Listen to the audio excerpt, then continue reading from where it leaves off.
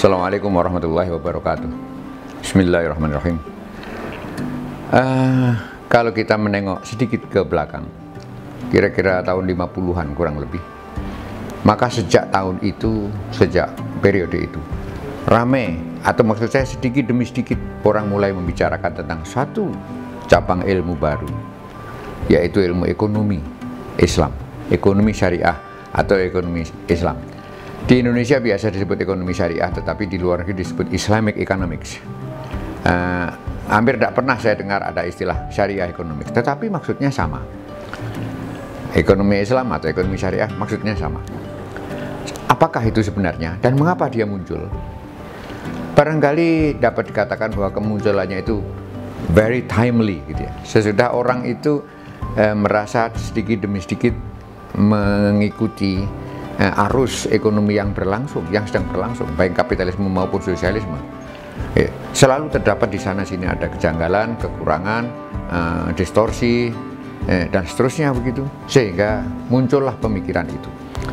Saya sendiri tidak tahu apakah memang dimaksudkan untuk itu kemunculannya pertama di tahun 50-an lalu. Tetapi yang jelas bahwa mulai tahun itu, tahun-tahun 50-an itu, sedikit demi sedikit, pelan-pelan demi pelan-pelan, muncullah pemikiran-pemikiran ekonomi Islam. Kalau kita ingin melihat sebetulnya ada apa dengan ekonomi Islam dan apa kelebihannya atau perbedaannya dengan yang lain, beberapa hal dapat disampaikan mengenai hal itu. Yang pertama, ekonomi Islam ini sebetulnya adalah ekonomi sektor real. Ini yang pertama. So, semua transaksi di dalam ekonomi Islam harus dijamin dengan underlying output. Bahkan tidak saja underlying output, melainkan juga underlying transaction.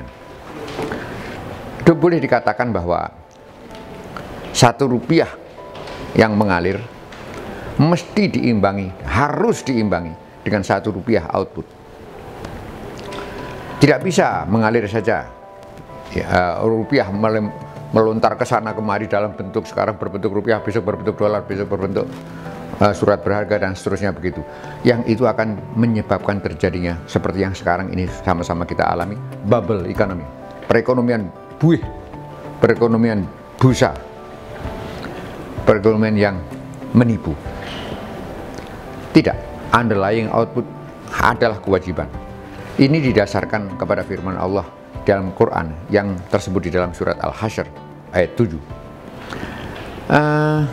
Dari ayat itulah kemudian para ahli ekonomi Islam merumuskan bahwa there must be underlying output in every transaction. Harus ada underlying output dalam semua transaksi. Ini yang pertama. Dengan basis yang pertama ini, kita dapat mengerti bahwa apa yang dirindukan oleh semua ahli ekonomi konvensional sejak zaman dulu sampai sekarang, yaitu bersama-samanya sektor real dan moneter akan tercapai dengan sendirinya. Dalam prakteknya sekarang ini, ekonomi konvensional kelabakan ya, dalam tanda petik kelabakan untuk menyamakan dua sektor ini yang tidak pernah sama. Selalu diadakan upaya ini dan itu agar ini sama. Dan hasilnya krisis ekonomi. Hasilnya inflasi dan pengangguran terus tetap menjadi hantu di seluruh dunia. Ekonomi Islam mengharuskan bahwa semua aliran uang harus dilandasi dengan underlying output. Ini menyebabkan sektor real dan moneter pasti akan selalu bersama-sama. Dengan sendirinya, dengan otomatis, seperti built-in mekanisme begitu. Ini yang pertama. Yang kedua, pendefinisian barang dan jasa. Oleh karena Islam itu mengenal halal dan haram, berbeda dengan yang lain yang tidak ada halal, tidak ada haram. Islam itu mengenal halal dan haram, baik halal haram dalam bentuk barang maupun jasa, maupun amal-amal perbuatan yang lain. Ada halal dan haram, maka akibatnya ada barang-barang yang selama ini dikenal sebagai barang dagangan, komoditi, menjadi tidak ada sama sekali dalam ekonomi Islam. Ambil contoh yang paling populer, yang paling gampang, yang semua orang bisa mengetahui, yaitu babi, daging babi. kita sama-sama tahu bahwa daging babi itu haram menurut aturan Islam.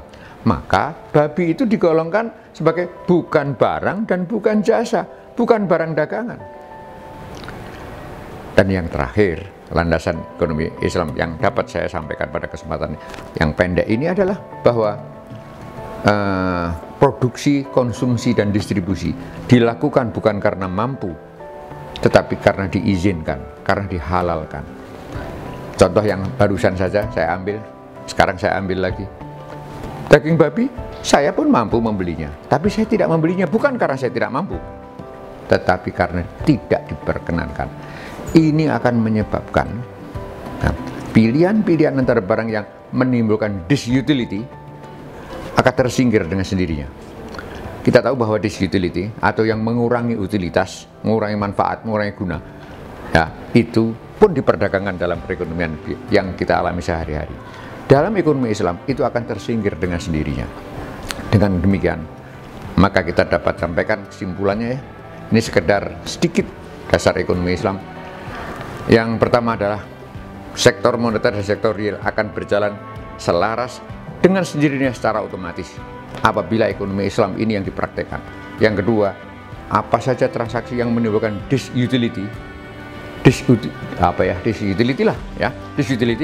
akan juga secara otomatis tersingkir, sehingga yang muncul di masyarakat, yang beredar di masyarakat hanya yang menimbulkan utility saja, yang dalam istilah ekonomi Islam disebut maslahah, kebajikan, kebaikan, dan seterusnya. Itulah barangkali sedikit paparan mengenai ekonomi Islam yang tentu masih sangat terlalu sedikit, tapi mudah-mudahan cukup memadai. Billahi taufiq wal hidayah. Wassalamualaikum warahmatullahi wabarakatuh.